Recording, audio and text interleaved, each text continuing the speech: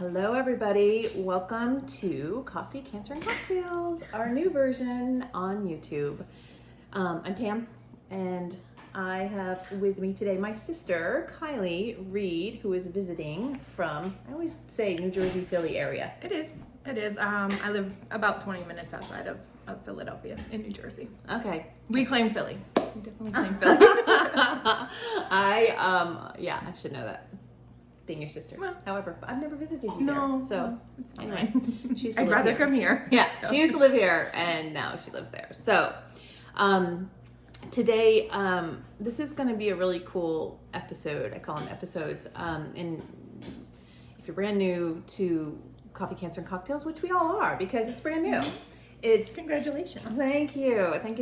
So, really the point of this is to have, I say, real talk with real people drinking really good cocktails or coffee because it's morning. So this morning, it doesn't look like morning because it's very dark. It's a rainy day, but it's morning. So we're going to get into, it's called Coffee, Cancer, and Cocktails because of where we started, which was a cancer journey, but we're going to take a deep dive into a lot of different journeys.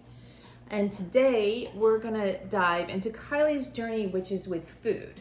She has a interesting relationship with food that I think many of us can relate to on many levels. And with dieting, weight loss, weight gain, the yo-yo, the everything. So hopefully we'll share some good little nuggets to give inspiration and, give just some things to think about. So, Kylee, talk to us about your journey. I know because I lived it with you. You were there. But I was there, and it started at a very young age. So, walk us through sort of what you've gone through with your food relationship and your weight. I believe that it really began when Mom and Dad purchased a convenience store that uniquely we lived in as well. Our home was attached to it. And my brother and I, who were... You guys are going to hear the dogs chewing on bones in the background. Sorry. They, you guys are, a little bit of age difference between Courtney, my brother, and I. And so I think you guys were already at a point where you had kind of established healthy routines. Yeah, I think I was 12 when we moved. 12 or, I think I had my 13th birthday there. So I think I was 12.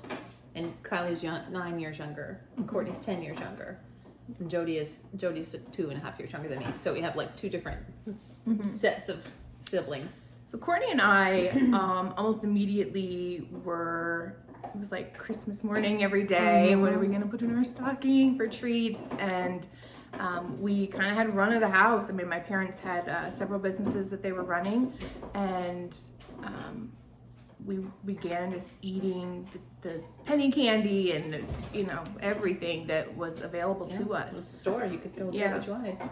So I mean, we lived there, they worked there. I mean, we were there all the time. So we kind of blew up. My parents, I think my mom cooked very healthy meals. It wasn't like she was allowing us free reign, and as it became a problem and it was noticeable, then Courtney and I became sneakers. We would sneak down in the middle of the night and hide food for the next day, which transitioned into adulthood. Even today, I think if I'm gonna veer off and have something that a treat even, I'm probably gonna do it by myself. So those habits were established very early on. Yeah, so it was like training. It's like Pavlovian training. You knew you could have it without getting in trouble, right? Getting in trouble if you just snuck it. Yeah. Or not doing inventory every night. So Right. I don't know. Absolutely. Yeah. Absolutely. Yeah. So it's even after we left, I think we sold that when I was about 12. But at that point, kind of the damage was done. And a true food addiction kind of was developed. Yeah. I don't have any real childhood trauma that Triggered kind of it. yeah, nothing like that triggered. It was just available to me all the time, and cakes and pies. So I was just eating all the time. And then as I grew in society, that habit became how we celebrated, how I dealt with with sadness, that was my Yeah, go-to. your crutch. Yeah. I'm like that too. I will say, that's how I've had to train myself out of that too, in the sense that is like, oh, I had such a good day today, I deserve ice cream. Or, oh, I had a horrible day, I deserve ice cream. Yeah, and it's comforting. Yeah, I think that's really common. But when you grow up with full access, which Jody and I did not have before we got to the store. We had no access, so I think that's a big difference right there, is having literally like a free for all. Yeah. At your disposal all the time. Yeah. You can clearly see the level of self-control, even though I think most people in society use food to some degree for joy and sadness. Yeah. But the level of control that you and Jody have versus Courtney and I is very clear. Yeah. And that is because you guys had certain food habits established already. Yeah, that's a solid point. So at what point do you remember weight becoming an issue, either within your own self or like with mom? And we say mom because, she's the mom, and moms are the ones that oversee this typically, not the dads. So, Right. yeah. I think that we grew up in a very small area, so I had tons of friends.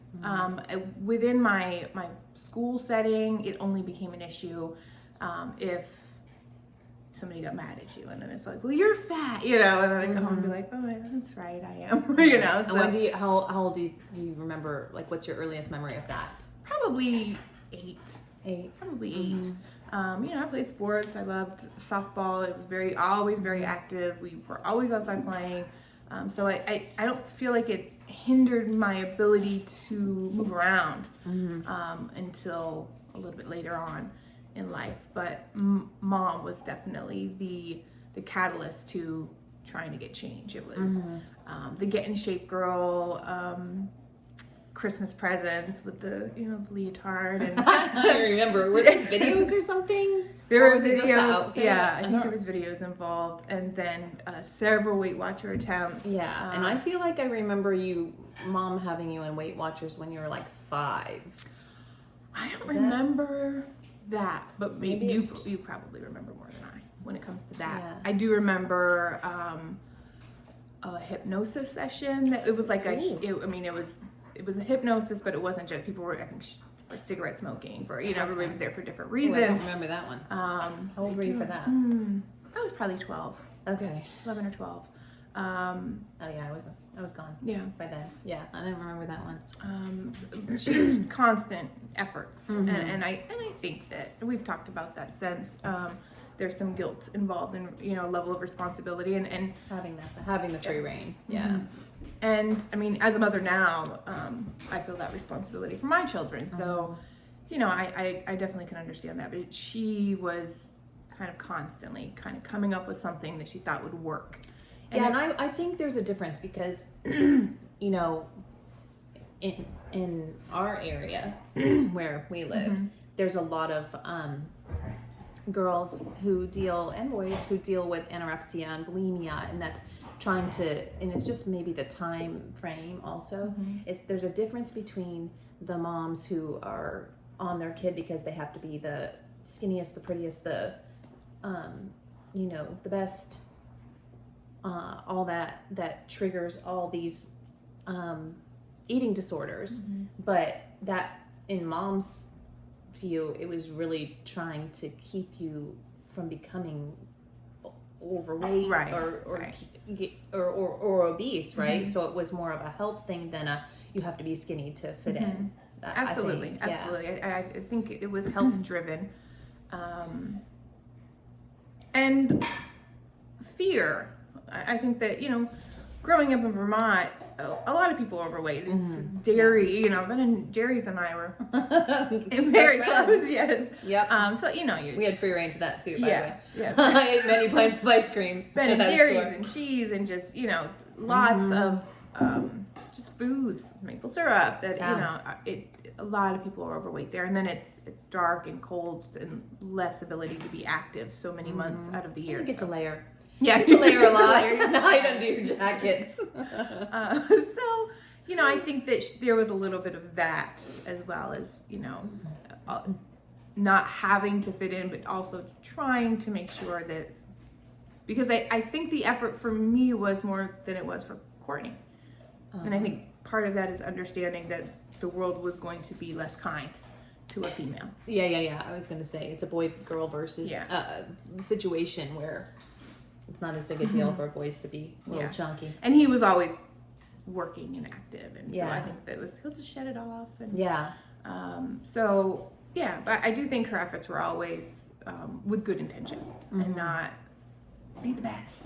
And, and at the same time, both my father and mother and all of my family, you were also someone who was always such a positive support in that. Like, it wasn't let's go do this diet. It was like, let's go out and go for this walk, and let's, you know, do that. Let's, you know, you always gave me other ways to be healthy, and I really appreciate that. Even when I moved to here, you know, you were the first person getting me to. I mean, I was at that point where I was actually on a jog, you know, for the first time, and so, you know, those moments of being very proud of myself early on usually came with something that you had introduced to me. Amy. So, yes. Didn't know that. I do remember us going for little walks and jogs. That was good. When I lived in Duluth. Yeah. When you lived with us. Yeah. That's interesting. So as you got older and got into high school, did you see patterns changing? Did you see the problem getting exacerbated? The relationship with the food getting maybe a little more toxic?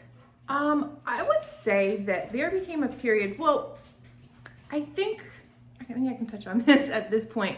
I think where most young girls were struggling with their self-worth. I was always surrounded by people who made it very clear how special I was. My grandparents, my parents, my siblings were always telling me how beautiful I was inside and out, and I believed them. And so there was always this separation of being unhappy maybe with the way my body was, or my habits, the addiction, with how I actually felt about who I was. I always believe I'm a 10 when it comes to being a human being. So there was always that separation. So I think while other girls my age were dealing with self-confidence issues, I was not. And there became a period in high school where my mother had less control over what I was eating and what steps I needed to take. I was out with my friends more, and there wasn't as much of a hyper focus on I need to be on this diet, I need to do that. I was just living life and enjoying it. And I think that period of time I was the most stable as far as my weight goes. Which is so the opposite of most Yeah. girls, especially. That whole starting in middle school through high school is a shit show a lot of the time. I gained a lot of weight in middle school, but in high school I was pretty stable. I actually probably weighed about what I weigh now. Oh wow, okay. I never really weighed myself then. You know, I remember there being one time where my friend Jamie and I were like, let's just not eat at all. But it was not. I don't remember it being like, because we have to starve ourselves and we have to throw up and we have to. It was like, let's try it. You know, it was like a whim. How did that go for you? Well, I'm pretty sure right after that was when the acid reflux started and my eyesight went bad. And we did it for like 30 days. You know. What? Yeah, I didn't even know about this.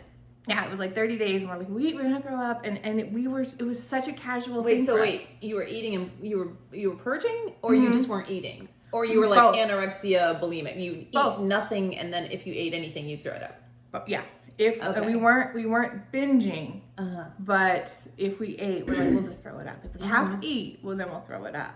Oh my god, I didn't know you did that. I think that's why. I mean, nobody likes throwing up, but I hate it. But after that was. I think that was my junior year, towards the end of my junior year, and the beginning of my senior year was like, my eyesight's not great. And, oh my god. You know, so I never had acid reflux before that. And in such a short period of time, it did a lot of damage. But I don't remember it being, it was just something we casually did. And that's the only. It was like a challenge just to see if you could? Yeah, like kind of we could. And maybe this will work. And then we just thought, we're like, all right, this is we've had enough of this. Yeah, You know, we want sucks. to eat. And, you know, we're drinking in high school. Yeah. And so, you know, we were just living life. I don't remember especially the last 3 years of high school, being concerned as much and constantly on a diet. Oh, wow. We were just having fun. And then... And I will say, this is so fascinating to me because I remember being in high school, I weighed myself all the time. And I didn't have an eating disorder, but I was very conscious of working out. I worked out all the time and just being very, very conscious of how I looked. I mean, that's, I think, very normal. So it's so fascinating to me that maybe as the world was looking at you as somebody that, you know, should be concerned with, you know, that you weren't. And that's fascinating. I never thought about that. Yeah. I mean, 7th or 8th grade, Aunt Barb, I was having a hard time finding clothes.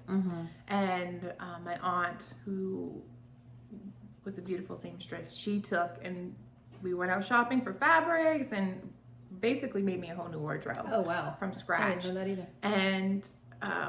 And then in high school, I was transitioning my style as well. And so I was kind of moving away from all that and really focused on who do I want to be, instead of somebody kind of telling me this would be flattering and that would be. And I was very much a tomboy as well, so there was that. And just kind of owning that I want to wear jeans and my basketball t-shirt, and that's all, you know, that's fine. And so that was a lot of high school. I had great friends. I met my husband in high school, and he didn't seem to mind. So, you know, it was fine. I don't remember high school being outside of that being, oh, I have to lose this weight. Wow, you know? that's awesome, actually. Okay, so then you transition, and you're taller than me. How tall are you? 5'8". 5'8". And what were you weighing about that? I don't know. Because you didn't weigh yourself. I can only compare what pictures to what I am now. And, you know, my face was fuller then, but I think body-wise was probably about the same. Okay. I probably weighed a little bit more then. Because I was probably a size 18. I'm a 14 now. Okay. So I probably weighed about 250 pounds. Okay. Yeah. Okay. All right. And then you leave high school. And then what? Went to high school, moved here.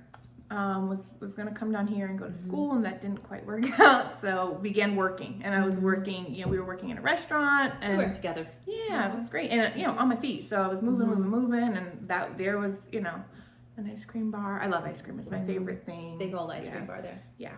And so really good French fries. we were eating. I mean, well, I was eating and out partying, and you know, was never a big drinker. Did some in high school. Was, you know, kind of going out then too. But we were out. I was out living life, which you warned me about. I did. Don't spend all your money. Don't spend all your money. Going out with restaurant people. It's too easy in the restaurant scene. So yeah, I think that I was so active working doubles, and that I had a couple jobs and was working doubles, and didn't really gain during that period of time either. And then we were going for walks in the morning before our shifts, and as I started working more, I got away from my morning walks, and so, but I was still working so much that I didn't really gain much during that period of time. I ended up getting pregnant, and not having that pregnancy, and that was a catalyst for me for some trauma and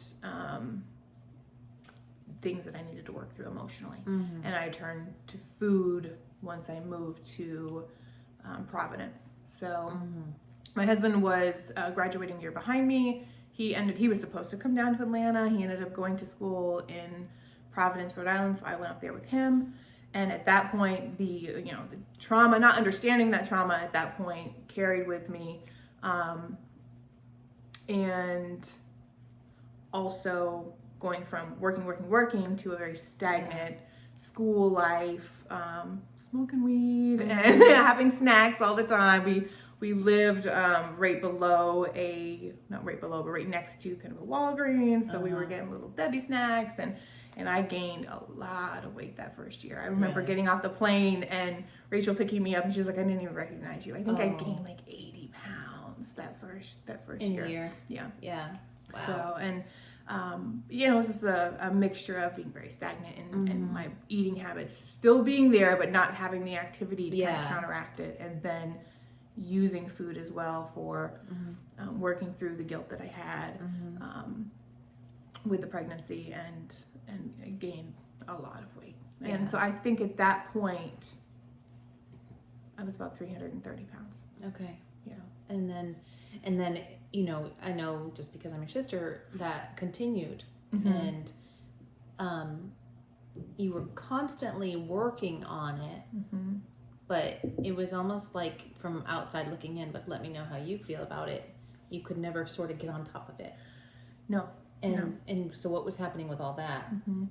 I got pregnant with Quentin, and ironically during my pregnancies, I never really gained more than like 15 pounds.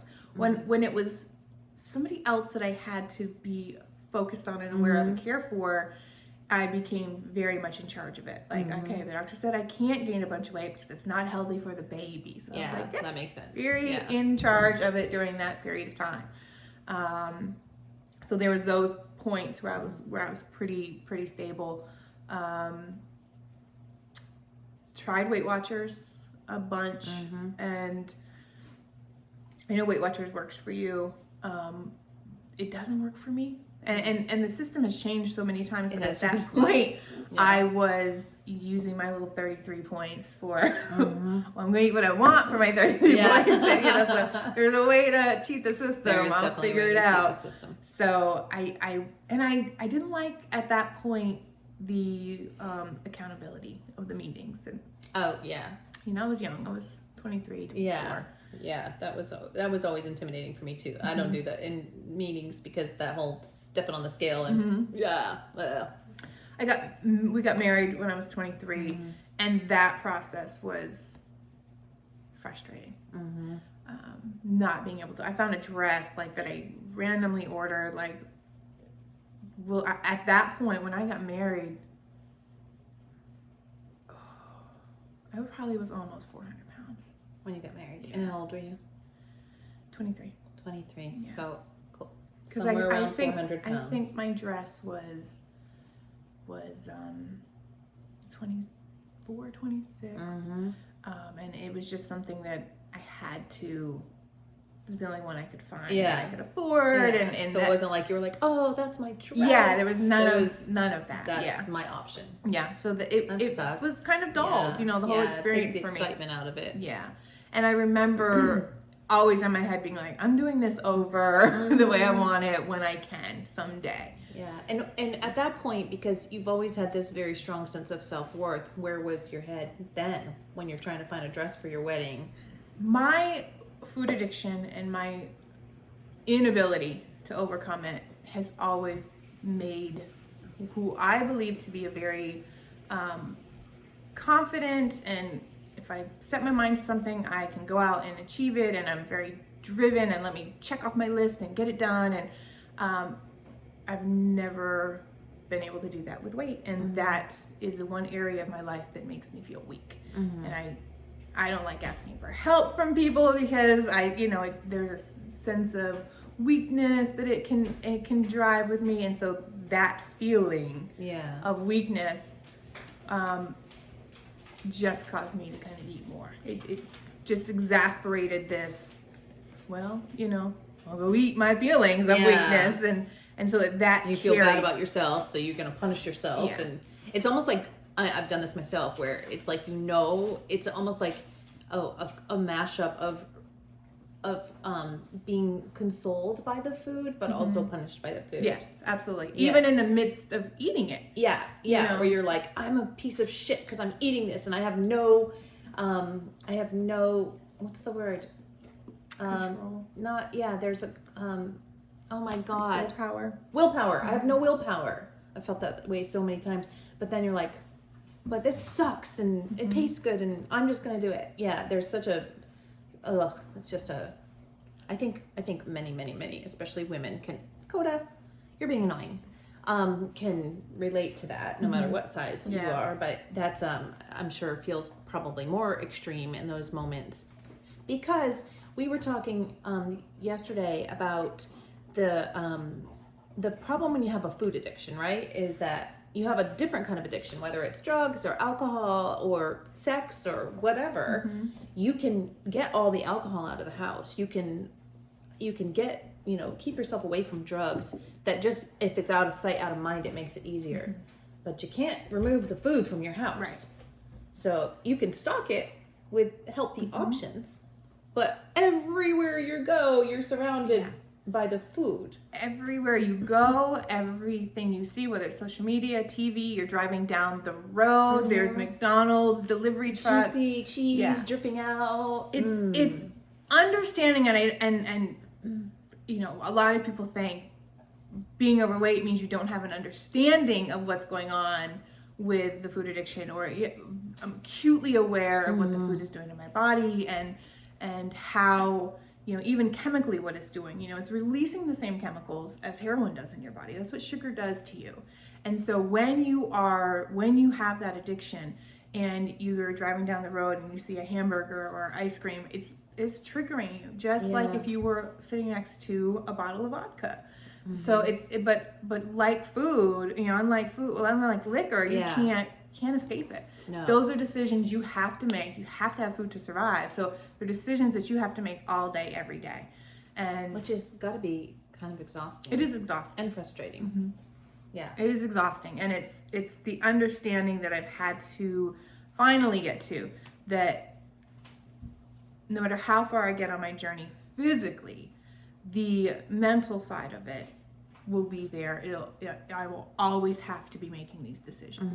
Always be having to make. Well, yeah, and that totally reminds me of alcoholics. Like, you always gotta, doesn't matter what party you're at or wherever, like, you always gotta make that choice to, or if you gave up cigarettes or whatever, you always smell I didn't smoke, but I know many people that are like, oh, if they just smell it, they're like, oh my God, I gotta have a cigarette. Yeah. And it's like that constant, except again, with food, it's almost like a 24/7 mindfulness versus a socially, in a social setting or, at a party or something. Yeah.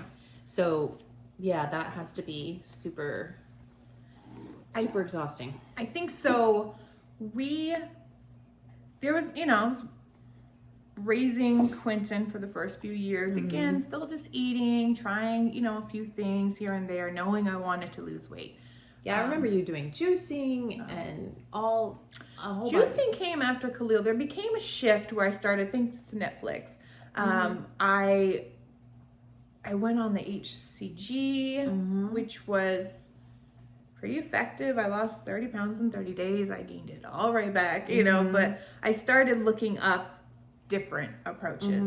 And then that led me down to watching this documentary on juicing and really just gaining more knowledge about health in general and fruits and vegetables and wanting to no longer have a quick fix. Yeah. But a lifetime. How am I going to be successful long term? Yeah. And I thought that juicing would have been a good start to that. And I did a little bit of juicing, shorter juice fasts, and then kind of just went off and went back to normal eating. And but I enjoyed it, and I saw that it was working, and I felt amazing. And then I got pregnant with Reed. Was pretty stable during that pregnancy, and then just something after he was born, just I think I was ready before I got pregnant. And 6 weeks after he was born, I started it clicked, and I went on a 90-day juice fast. I lost about 75 pounds during that time and started working out. And now at this point, so you've had Quentin, you've had Kylee, you've had Reed. How old are you? 35. 35 at that point. And how much, do you know how much weight at that 440 pounds. 440 pounds. Yeah. And 5'8". So yeah. I have some before and afters. We can. Oh yeah. I wanted to even if we just pull them up and show them on here. I don't know how to edit this shit yet, so we'll do that. Yeah. But we can even put them in the feed, I guess. But yeah. So, I mean, you were significantly overweight, and I mean, fair to say, you fell in the morbidly obese category. Oh, super morbidly obese at that point. Yeah. And I wasn't going to the doctor. I mean, at that point, and to touch on this, while I'm a very caring person, so and I'm in an interracial marriage.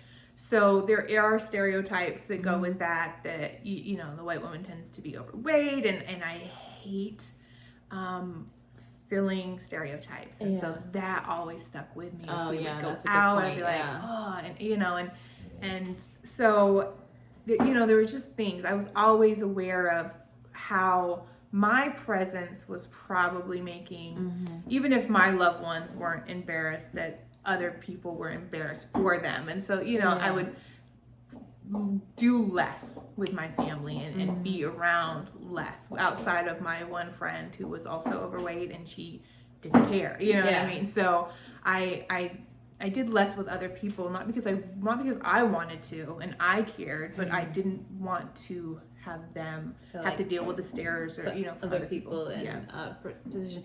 And you had said something to me the other day when we were talking about this,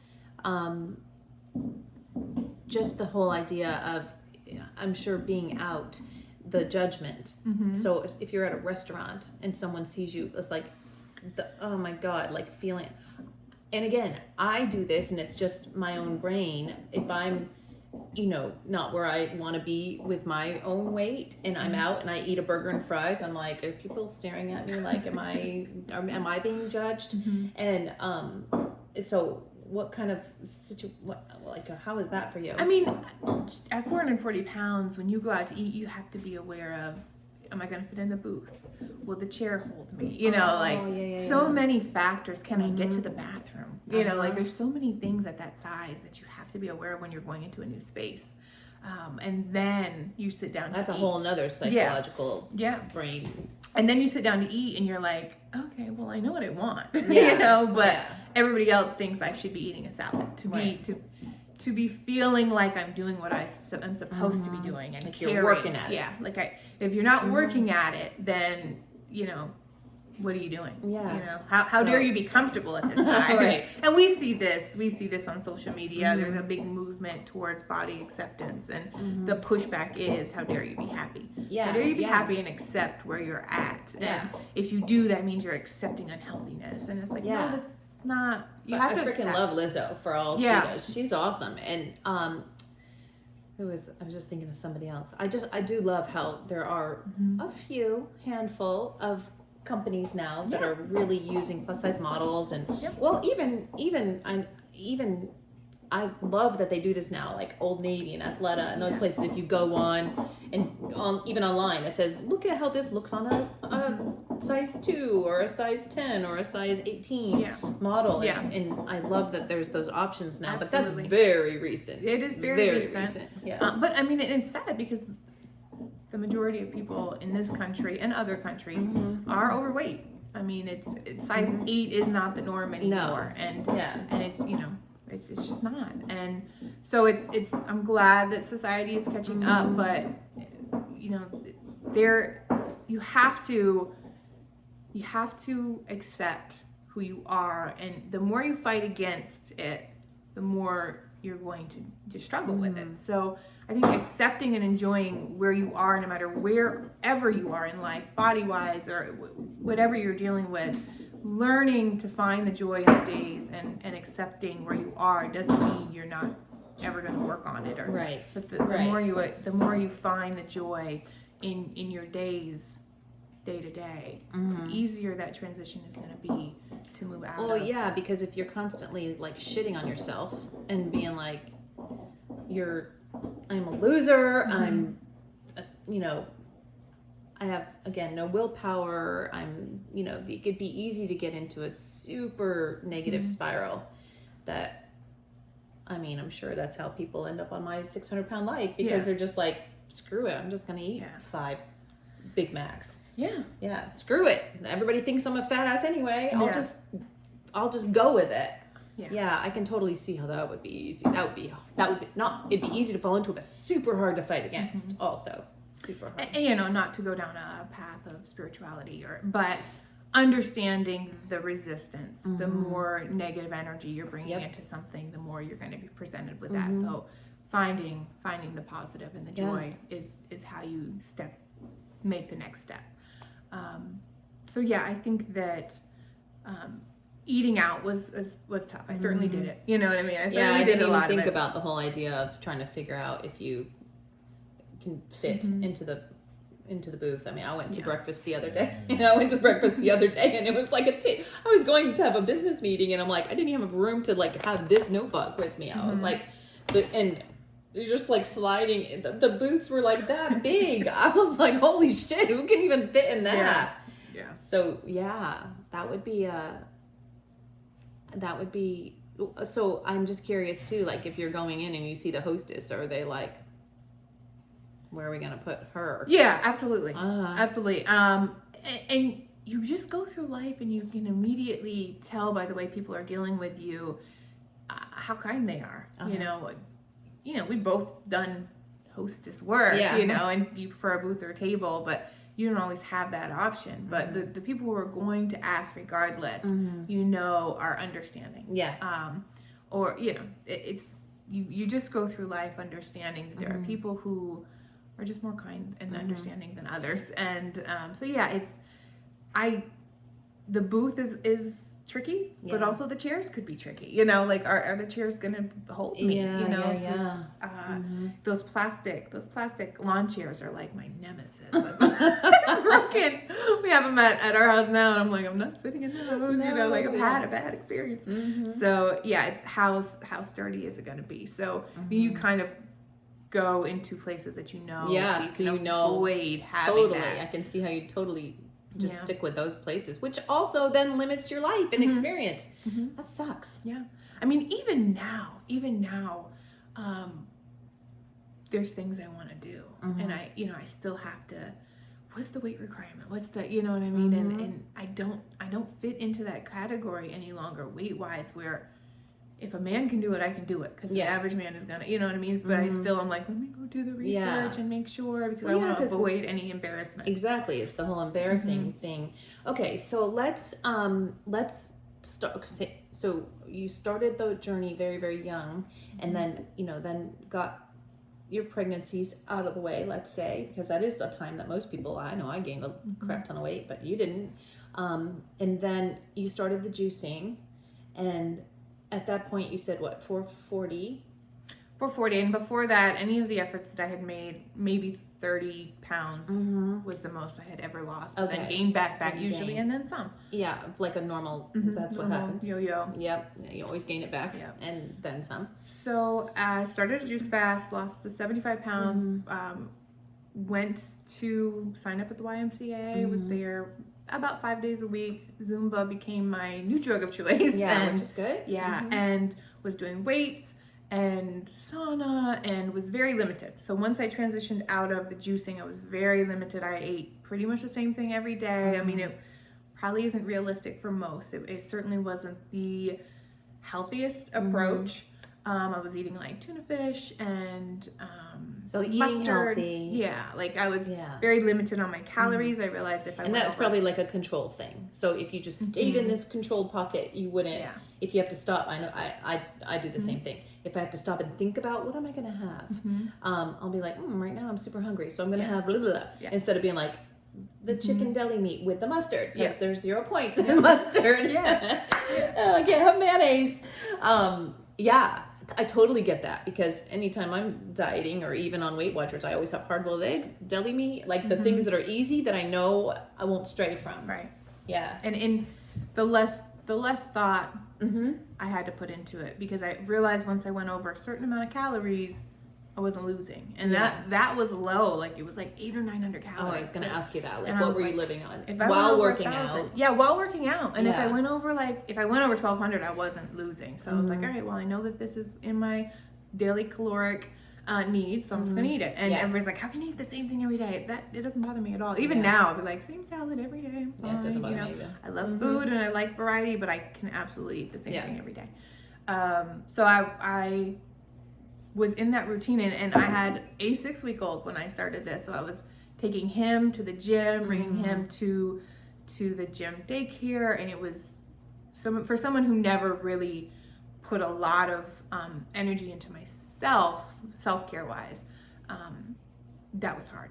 It was a hard decision to be like, I'm gonna take my baby, especially give him to strangers, especially the baby, yeah. And it was absolutely a universal line, because that place just took to him, took to Khalil. Everybody was getting what they needed, and I have said this 100 times. I am a better mother for that experience. I'm a better mother when I'm putting the energy into myself. Yeah. And I think that's fair across the board for anybody. We're suck at it, mothers especially, suck at self-care, and we know that if we take care of ourselves, we'll be better caregivers. But it's still always hard to put ourselves first. I can't imagine. I mean, that gym was absolutely a part of my success, because they saw my journey and they were so excited. I mean, they got you had a wicked support group. I do. I mean, I'm headed there this afternoon. Like, I'm in town. I'm in town to see my girls. Yeah. You know, so they were wonderful. The daycare staff was wonderful. My kids are all 6.5 years apart. So Khalil was 6.5, 7. They had a kids center for him that was separate. He was loving it. Everybody was just, I didn't feel like they weren't getting what they needed from me during that time. They were getting something else, and they all were getting something, and it was great. No one was being abandoned in a cold, sterile environment with Nurse Ratchet. So it became something that was my happy hour every day. I look forward to it every single day. That's awesome. And it never felt like work. And I think that's a piece of advice I give to anyone who wants to. Obviously, diet is far more important than exercise when it comes to losing weight.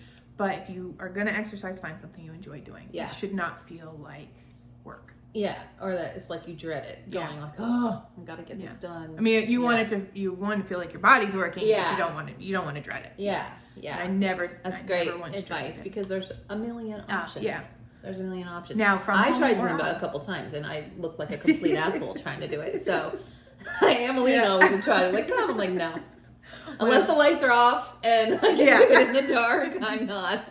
Nice. I am not doing that. Yeah. So I tried. And one of my neighbors, they were texting. She popped up this Zumba party that was last weekend, and she's like, "Would you girls be interested?" And I was like, you don't know me that well yet. If you're asking me right now. But once you're so interested in Zumba, one thing about me is I'm gonna bother you for the rest of our days. Come. Come on, let's go. So if there are people who want to come, I am excited about it. So, and I will. I was trying other. There came a point on that journey where Zumba wasn't enough anymore. Your body is a machine, so it gets used to what you're doing, and you're not. You gotta mix it up. Yeah. So I started doing hits, kickboxing, and all. And I really enjoyed. You did all that through the Y. All of it through the Y. That's amazing. Yeah. And so during that time, I mean, the weight was just falling off of me. I lost 220 pounds. I started at 440. I got down to 220, which is where I stayed. I think. About how long was that? A year. A year. Yeah. Wow. Yep. So May to May, I had reached that. I got down to, I would say, 210, which is where I'm at now. And that was key. That was basically calorie restriction, massive exercise. Yeah. Weights, exercise. I am a big believer in the sauna as well. So the sauna, I think, for me is what I was never even, of all the times I was exercising prior to that part of my journey, I was never really a big sweater. And going into the sauna, I think, is what purging out the toxins too. I'm sure that as you're losing all that weight too, that's just like a toxic overload if you don't purge it. Yeah, I mean, you're storing all that in your fat, and so it was great. And I've never felt more alive than being in the gym 5 days a week and just knowing I was doing consistently what I wanted to do. And that just to throw in another piece of advice, where I have failed previously and even after this part of my journey, which I'll get to, was the consistency. When you let life shifting or something interrupting it, interrupting that consistency. it was always key for me. Something would happen, or you know, would break or I got sick, or something would happen, and I was so focused that year. And luckily, I had the ability. My job. I was working where I wasn't working some of that. I was still in school, and I was just this perfect opportunity for me to be in that zone for that time. Right after that, so May to May. And what year was this? May 2015 to 2016. Okay. I lost 220 pounds in that year. That's amazing. The Y had set up for the news to come in and interview me. I mean, it was awesome. And I felt like what I always wanted was that my journey was inspiring others. Yeah. And I always said in the back of my head, well, I want that to be something, and I felt like that was finally happening. Even people who didn't need to lose weight, they were so inspired. They would come and tell you, "You're so inspiring. I know Kylie's going to be here, so I'm coming. Kylie's going to be here." And I was like, "Thank you." That's awesome. So I was getting that as well, even from just. There's probably some that almost made a little accountability factor there for you. Didn't want to let people down too, and they Zumba. I was there, and they knew. And then when I started, and I met one of my best friends there. I mean, she's much younger than me. We went to Jamaica. They were like, I said, if one more person asks me if I'm your mom, she's like, it's fine. It's not fine. It's not fine. So she was 20. At that point, I'm 35, going on 36, and so she became a workout partner for me, and she was really into doing weights as well. That's so helpful too. That is how we met, and it's still something. I was like, I'm going to Zumba today, and she's like, all right, she's a year nurse, and she's got to work a 12-hour shift. She's like, I'm going to try to go before my shift. So, we like long distance. Well, she's actually doing travel nurse right now in Gwinnett, so she happens to be here right now. Okay, good. So we were both at the Y, and she's like, all right, I'm gonna try to go. So we held each other accountable during that time, and we still try to do that. So having her to do weights with after Zumba was, other women, we would just that tried, they just stand and talk. Yeah, we would work and talk, and I was like, this is what I need. And it's still gonna work. Yeah, for sure. So I think that, so during that time, very consistent focus, and then one of my best friends presented me with a job opportunity, and it was for an aerospace company, and I went from having total freedom to working like 70 hours a week. Oh yeah. And the first 6 months of that, I tried so hard. I tried so hard to still be in the gym and still, I'm going to leave work, and it just, and being a mom. Yeah. And doing your regular duties and working 70 hours a week. Yeah, how the hell? It was, and they, they all wanted to work out too, but we all were very busy. There was a core group, that's who I'm spending my time with tomorrow and today, and later. We're still very close, and they all wanted to also, they were all inspired by me, and like, let's still go to the gym. And we tried, but we all were so busy there that it was, it was hard. So we ended up ordering lunches in, and when you're working in an office setting, you end up eating more. And you're sitting at your desk. You're sitting at your desk, and so I got very much off my normal routine of working. I mean, I would cry. I would be in my office like, I'm not gonna make it to Zumba again today, and I would just be crying. And while I wasn't gaining weight at that point, so October of 2016, I remember I had done another juice fast to try to get under 200 pounds, which I got to 203, and then I had surgery, and then I couldn't work out during that time when I was healing from hernia surgery, and then that's when work was really picking up. And so you're working like crazy. Can't work out because of healing. Yeah, trying to recover from surgery. Yeah, mother of 3. Yeah. Life. Yeah, it was a lot of life, and I mean, I was enjoying life at this point, but what was working for me with health-wise consistently was now, no matter how hard, and I say that, but people were like, well, just get up at 5, and I was getting up at 5, and I was dropping off Reed at the daycare at 6 and getting to work, and then going back at 9:30. Yeah, so like how much sleep are you supposed to get? Yeah. At what point do you say, okay, I need to sleep? I could have, if you want it bad enough, you can get up early enough and do a home workout, and absolutely. So there could have been ways around that. But what worked for me and what I enjoyed doing was Zumba. Right. So to enjoy it. Yes. And which was very fulfilling for me. Going there is very much a happy hour to go dance for an hour to music that I love and sweat. And so I wasn't getting that. Yeah. And so that was really tough. So that, I mean, I was there until the end of 2018. But even though I was having a good time, I still was pretty consistent weight-wise.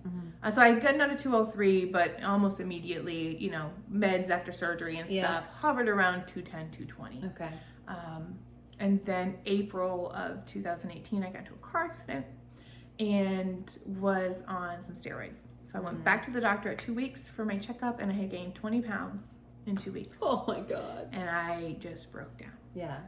And they're like, it's okay, the steroids, you know. And I'm like, but I'm gonna be on steroids for a while, you know. Yeah, what's gonna happen? Yeah. And I did not get back on the scale until August of 2020 when I had to. Wow, wait. So April 2018 to August 2020. Yeah. And then what? So during the rest of that year, not only was I not working out, I was kind of falling back into some old eating habits and on steroids for about 3 months. Yeah. So when I finally did get back on the scale, I was 310 pounds. And so I basically during that time, because once I moved to New Jersey, I mean, we were very hyper-focused on health again. And, you know, still just, I gained enough where I was having to change out my wardrobe, which was, I love fashion, and I had invested, I mean, I like to thrift, so I had invested, but I had a lot of clothes. I had a lot of clothes. And so I wasn't able to fit into my clothes anymore, and that was tough because I had finally, for the first time in my life, been able to enjoy fashion the way I wanted to. Even though I'm still not at the body that I want, I'm at a point where I can enjoy clothes and it look the way I want it to look and wear stuff I want to wear and not just settle for the biggest size. The big girl section. What's left over. Yeah. You know? So, yeah. Fashion has come a long way in the last few years, even at 35, you know, there was just a couple of stores that I could have shopped at. And it was older, more maternal. Yeah. I'm just a mother of 3, but I'm still young. You want to look cool. So, that I was so excited. And you know, I had an office job, a very corporate, you know, job. I had my office. I was like, what am I going to wear today? Yeah. You know, and so I was like, I can't fit in all these clothes. So and you don't want to go buy a whole another wardrobe to fit the current size. That's depressing. So the end of December of 2018, my husband and I made the decision to move to New Jersey.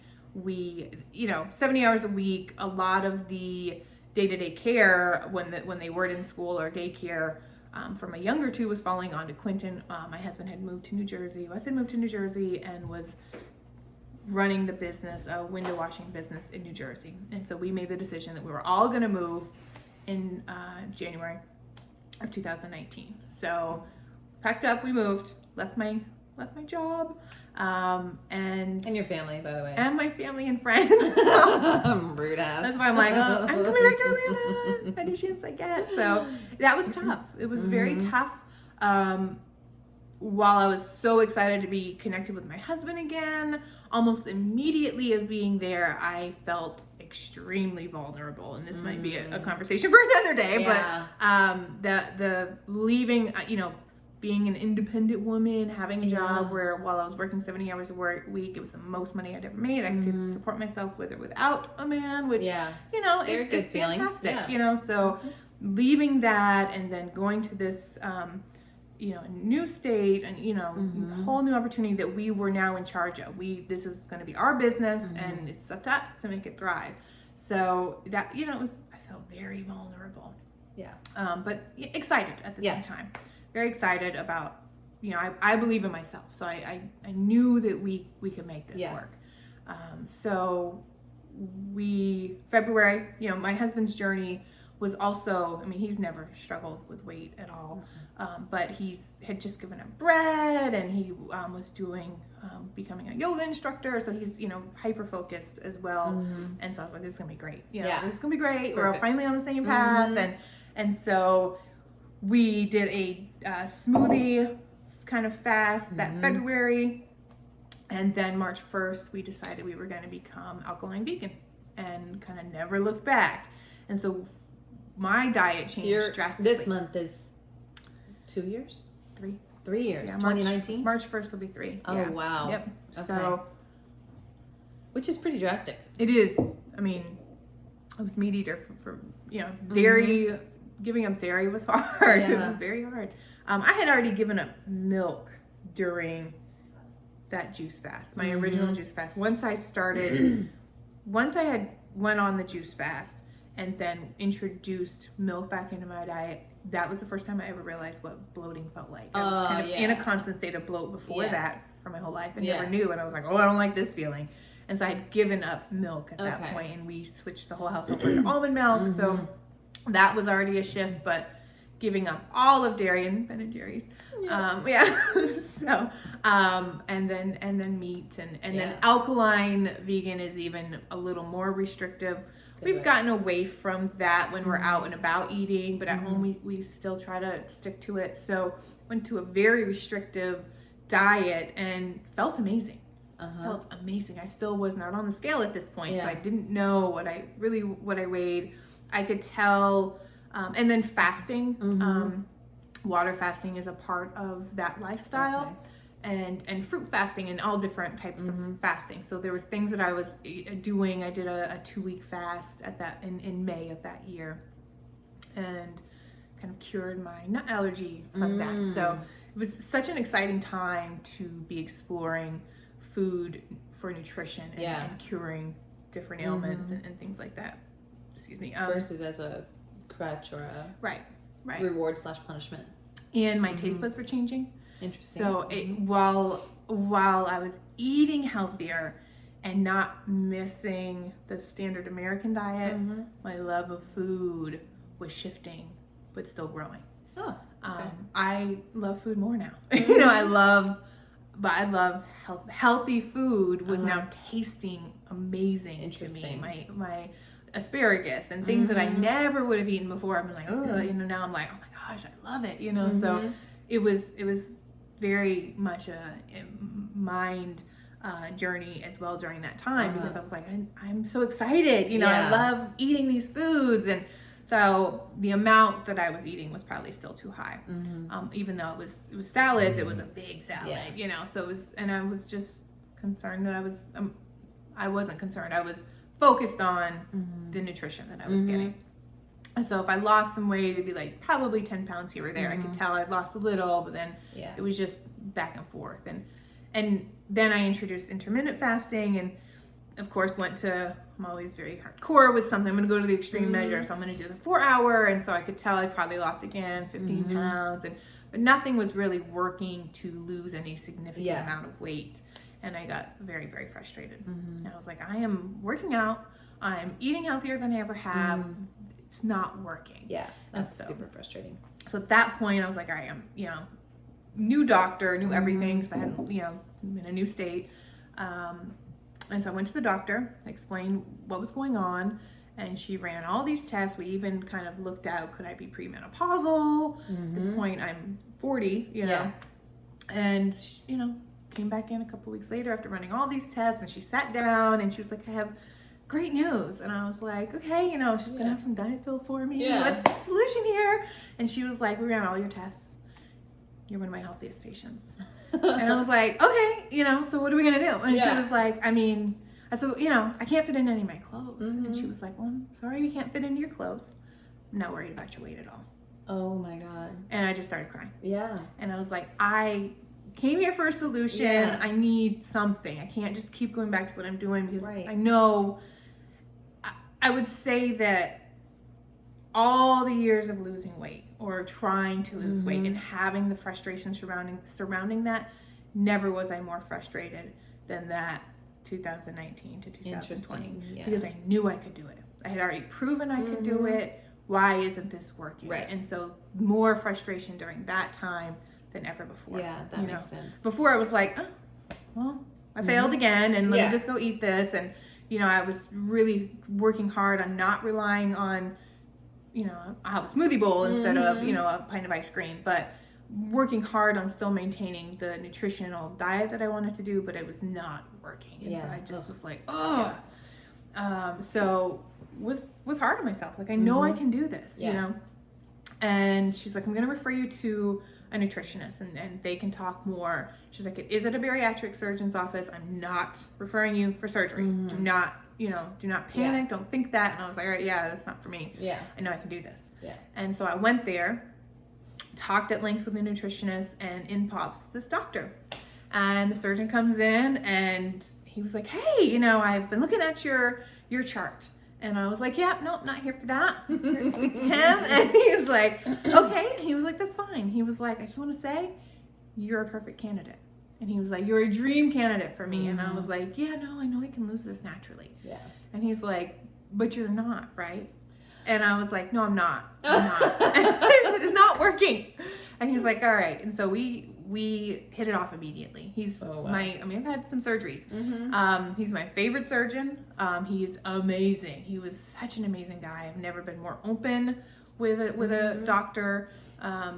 We just hit it off, and he was like, I said, I know I can do this, and I wanted, not that I have a problem with the surgery, but I didn't want to put my body through surgery again. I've had, as you know, after my appendix surgery, it got infected, and it was some bad luck very long ordeal. So I was like, I just don't want to have to put myself through that if I don't have to, and I know I don't have to. Yeah.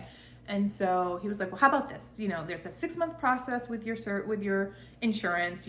All of these tests that you get run, endoscopies, and you check your heart and your lungs and all these things. He's like, it's a very, very intense process. He said, with that, you have nutritional appointments every month. You have psychology appointments. He was it is a very long process, and with that would help you along your journey for health, period. Oh, wow. He's like, at the end of that journey, you don't want to have surgery? Don't. And I was like, okay, that makes sense. And so we did. We went through it all, and even during that time, I mean, we were talking about cutting out certain things, and it was a really good journey. I found out I had sleep apnea, and very mild case. They're like, you only stop breathing 6.2 times an hour. And I was like, what? And he was like, we don't even diagnose it until 5. And I was like, 5 times an hour. So, right before, that was June, July is when I got on the scale. The journey started August of actual bariatric process.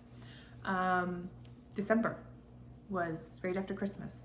I had just spoken to the doctor. I was like, what do you know about body set points? And him and the nutritionist were, and she's, this is why I love you. And she's like, we just came back from a conference on this. And so, most Western medicine doesn't, in my experience, kind of rely too much on nutrition or rely on fasting or certain, it's very, here's a pill. And so for them to have just come back from this conference, and he was like, here's the thing. Now that you understand what's going on, your body is fighting to get back. This is why you lose 10 or 15 pounds. It's fighting to get back to where it's comfortable at. And you're going to continue to deal with that. He's like, you can do extreme fasting. You can do this surgery. And the surgery will reset your body set point. Oh, wow. And I was like, okay. And so I thought about that all month. And right after Christmas, I was like, you know what? I'm going to do it. I'm going to do it. And the next day they called me. I didn't even know I had gotten approved yet. And the next day they called me, let's schedule your surgery. And I was like, oh, okay. So you heard my thought. Yeah. So once I made peace with it, then it just happened. And so February 10th will be my 1 year. And he said, then being a vegan, my concern the first 6 months is protein. Outside of that, the way you eat, you're going to be successful long term. I'm not worried about it. Okay, that's good. And so even during that process, they say 60% of what you intend to lose or need to lose is your goal for 2 years. So they wanted me to lose 60 pounds over 2 years. Oh. And I've lost 100. So they're like, you're doing great. And and I'm like, I was hoping to be, down another 20 by now. So of course my goals are higher than their goals. Yeah. But okay, so when you had the surgery, your weight was 310. 310 1 year ago. Yeah. Coming up on 1 year next week. And now 208. 208. Yeah. All right. And you're feeling good. Feel good. And what exactly was the surgery? So a gastric sleeve. Gastric So, sleeve. yeah. Okay. Yeah, I would not have done the bypass. It's Mhm. too extreme for me. I didn't qualify for the bypass, Uh-huh. but I wouldn't have gone that route. Okay. More being a vegan, it's would have been even harder Yeah. to get the nutrition that I needed. And that type of surgery, there's more room for nutritional deficiencies and stuff. So Yeah. I Okay. wouldn't have gone that route. So basically, they take your stomach and they cut about 85% of it. So you're left with about this much. And Okay. it's each doctor has a different program, but it's 2 weeks prior Mhm. is a liquid diet, such as protein shakes. Mhm. And then liquid, Mhm. you know, you literally clear broth. I brought my little vegetable broth because I didn't know they were going to only serve like chicken Uh-huh. broth at the hospital. So broth, Gatorade, of course I won't drink that. Jello, those sort of things for the first few days. So I just lived on broth and water. And you transition from that to, you know, eventually pureed foods and then soft foods, which would be, you know, for a normal person, eggs and things like that. That was such a, again, mental to cutting out your stomach is cutting out a lot of your hunger hormones. Oh. So most people, the hunger comes back. Mine has not. Okay. I don't experience hunger. I Wow. have a desire to eat, and I know I need to eat, but I still don't ever. You're like, I'm starving. Yeah, I never am like, Interesting. Oh, I didn't know that and happened. I'm so Okay. grateful. That's So awesome. grateful for that. So usually it's just a period of time where that happens, a couple of months, and then your body starts producing the ghrelin and things like that again. So to go from, my biggest concern was water. How am I going to get enough water in? Right. When you go from that to sipping, Yeah. you know, Yeah. sipping water, and to go from eating a whole meal or even just chugging a protein shake 3 days before Yeah. to having a medicine cup Oh, of my like 1 God. ounce in the medicine cup, and they're like, please finish this in 15 minutes, and it's a struggle, you know, at the hospital. I'm like, I don't want to drink anymore, you know. So it was such a mental shift for me, and of course that goes away the longer you're healing, the more you can. Now I can drink water normally. Yeah. But to not even want to eat, other people have quicker programs where you're on soft foods within a couple weeks. I would have been terrified to put, you know, soft soup in my body at 2 weeks. Even at 8 weeks, I was like, I don't know, you know, they're like, it's fine, you know, you can do it. So to go from to, you know, to be nervous about it. Wow. It's different. That's It's different. totally crazy. And even now, I mean, you can eat. I can eat more now than I could 6 months ago, you know, but it's, you know, your stomach is this big. So you eat, and some of the things I still need to work on is eating slowly. Because you eat too fast and then you're like, oh, and it hurts. Okay. Or, you know, it's very, very restrictive. You can't drink 30 minutes before you eat or 45 minutes after. So you go from just eating and drinking normally to, and I drank a lot while I was eating before. And I mean, no one is supposed to do that, you know, and not understanding that. Like that's all I do. It flushes your stomach quicker, it Interesting. expands your stomach, which then throws off and that's ultimately why they're cutting out your stomach, is because you've stretched it over and over and over. So then your hunger sensor is way off. You know, what your stomach used to be this big is now this big. Right. Your sensor's now up here instead of down here. So that's water. Water is part of that. Drinking while you're eating or drinking carbonated stuff is expanding it. I didn't know that. So I was like, I didn't know that wasn't, you know, I was getting 2 or 3 glasses in, and I'm like, this is how I'm getting my water, because I'm thirsty while I'm eating. And, you know, even now you go to a restaurant, they're like, you don't want anything, and they'll still bring me a water, you know, thinking as a server, you're just doing, you know, your due diligence, and it's like, no thanks, I can't, you know, it's tempting because that's when and just out of habit, you would wait, you know, grab it and drink it. I need to get more conscious of that because I didn't know that. Most people don't, you know, and so things I drank a ton especially if I'm at a restaurant. You know, a couple refills. Yeah, and you're waiting while you're getting it. Yeah, absolutely. Wow. I would always get a lot of water and liquid in during that time. Wow. So to just have total freedom to being like, okay, and you know, vitamins that you have to take now, so I can't take this with that, and so there's so much more a level of consciousness huge and level. mindfulness with how I eat, when I'm eating. And I do still, now that I'm out of the 6-month phase, I've thrown back in the intermittent fasting. And so how am I going to get this food and the calories that I need in that time frame when I can only eat this much food? So, and then can't drink during that time. And so it's much more level of mindfulness with it than, which is good.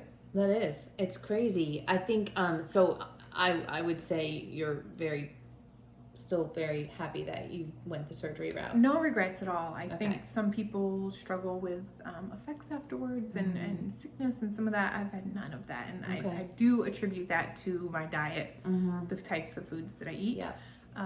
But no regrets. That's awesome. It is definitely a tool that is a tool. You know, you still have to, and I think people get a lot of flack for, oh, it's the easy way out. And it's not. And I think I'm someone who always wanted to prove I could do it without that. Yeah. So I had to wrap my head around that to accept that I was going to go this route. You were cheating. Yeah. I didn't think it was the easy way out because I do know people who have had it. But I also wanted to prove that I could do it without any assistance. Yeah. And I did. Yeah, it's not like you didn't try. You tried your whole life. Yeah, I did. And successfully. Yeah, I proved that I could do it. Yeah, you were you were working toward that success again anyway. So, I know we've been on here for an hour and 10 minutes. So, let's see. I wanted to talk about, well, we said mindfulness and it's a lifelong awareness, no matter where you are, if you've had the surgery or not, if you're vegan or not, it's no matter what you're doing, it's awareness. Yeah. There were, one of the whole points of this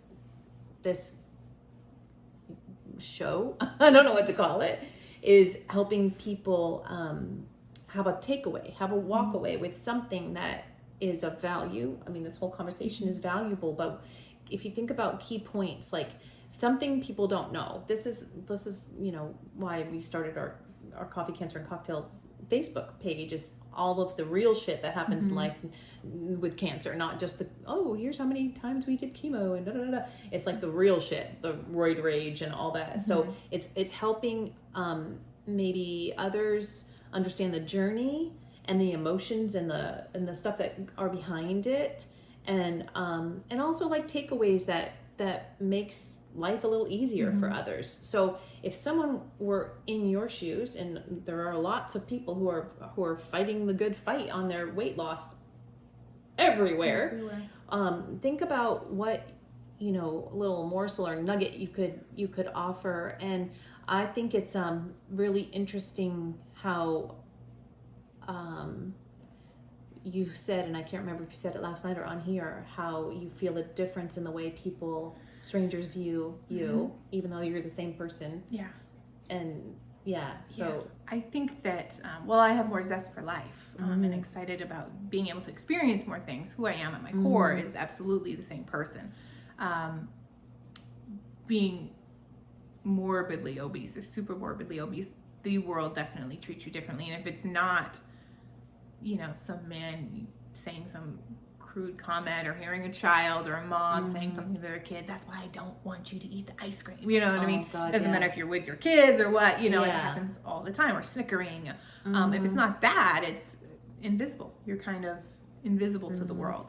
And when I lost weight, that was such a difference. Coworkers, you know, just the way that people in the society treat you, you're no longer invisible.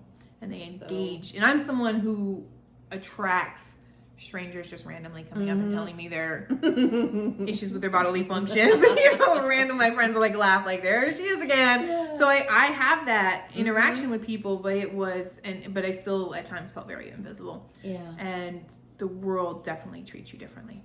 And it's I think that 2 takeaways would be understanding, especially this particular journey, that you are never going to be complete you're never going to be finished with the mental side of it. You may absolutely be settled into the way your body looks and super happy. Yeah, reach your goal size. Yeah, you might be at your goal weight, but you're never going to be done, especially if you have a food addiction, with having to make those choices every day. And so understanding that reaching towards a quick fix is never going to be a solution. I personally feel, because you have to put in the work on the mental side of it to understand. Right. And It's not like a quick fix. There's well, they always say this. It's a marathon, not a sprint. Yes. It's a lifelong journey. It's a part of your journey forever, not just a chapter. I think accepting that and I'm only in the last 2 years learning that and accepting it, that it's always going to be there. I'm always going to have to be aware that I can't, while I may during the holidays give myself more rein on enjoying food and stuff, I can't let that turn into 3 months, because then the weight will creep back on. So it's that awareness all the time. Don't punish yourself. Enjoy your life. Enjoy your life. Just do it in a balanced way. But I think because society is always going to have their views, especially social media, and it's always been this way, and I think it's worse now. It's worse with filters and all that shit. You're not seeing real people. You're not seeing real people visually any longer. And we have in our society this concept that size equals health. And it was, I felt healthy even at 220 pounds before I knew I was really working out and felt great. But to walk into the doctor's office at 310 and she's like, "You're one of my healthiest patients. I'm not concerned." And I was like, "Okay." You're like, "What?" And she said, "Would you rather me tell you, here's a pill, but you're unhealthy?" And I was like, "Well, no, but can I fit in my clothes?"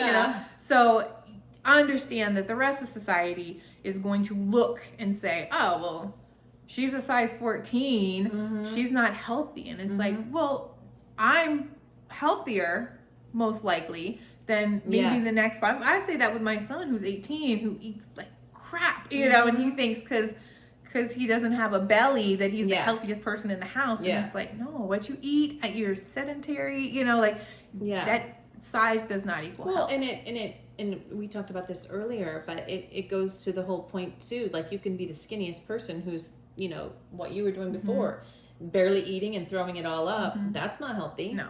And but you might be the skinniest person in the room doing that. That's not doesn't mean you're healthy. Right. But you're not getting the looks. No, you're not getting the looks. judge. You're not getting the lazy piece of shit. Why don't you do something about yourself? Yes. Shedding as much as you possibly can the expectations of society, and pouring self-care and self-love into yourself. I think ultimately, are you happy? Do you feel like you're doing what's best for you, and not, if you want to eat a chicken sandwich at the restaurant instead of a salad, then eat the chicken sandwich. Eat the cake if you want the cake. If that's going to make you feel good, don't eat the whole cake. Right. Don't eat cake every day. You know what I mean? But there's always going to be somebody out there who thinks what you're doing isn't right, or what you should be doing. What you should be doing. And you've got to shed societal norms, because they're very skewed, and we think size equals health, and that's just, let alone mental health, but physical health, there's plenty of people out there who are very sick inside and eat horribly but look skinny, and we think that that's okay. They'll never get judged. But you could be at the the gym every day and eat wonderful, and then go get one Big Mac, and you gotta let go. You gotta let go of it. And just follow your path and follow what's right for you, because even dieting, what foods may work for one, or what fasting may not work for somebody. And so you just we know that in our own family, the Weight Watchers versus keto versus intermittent fasting versus whatever. Our bodies are different. That's something that I think I try to stay conscious of, is not to judge anybody. It doesn't matter if it's the homeless person walking down the street or my 600-pound life, because you don't know their journey. You don't know. It's always I try to stay conscious of grace and just really refrain from judgment as much as possible, and be that person. I heard this thing yesterday: your light will only grow when you offer other people light, and it's a reciprocal situation. I think I've said this, I'm grateful that I grew up overweight. I'm a kinder person because of it. I've always had the ability, because I've been on that end of it, to be more open-minded and more understanding based on physical appearance or, you know, disabilities, anything. But that shift when I lost the weight made me even more hyper-focused on how I am, and more of a deep dive into other biases that I just may naturally have. So yeah, I think I've always been aware, but losing the weight and seeing that shift in society has Like made me turn inwards. it yourself. Yeah, absolutely. Yeah, that makes total sense. All right, well, those are really good takeaways. Thank you for having me. Self-care, Yes. grace. Everybody's fighting. Everybody's fighting something. Yeah. We know that. Well, thanks guys for watching, and thank you, Kylie, for sharing very honestly and very transparently. That was awesome. I mean, I'm your sister, and I learned some really great things. So, I appreciate it, and I hope that touched someone out there that is struggling or trying to find self-worth or trying to find the right match for them. And just know that it's out there. It may not be alkaline vegan lifestyle, could be whatever, but there's something. Your journey is your journey, right? And it doesn't end until the end. Right. Yep. Right. All right. Well, thank you. Thank you. Love you. Thank you, guys. Everybody have a good day. Until next time. Coffee, cancer, and cocktails. Coffee. Bye, guys.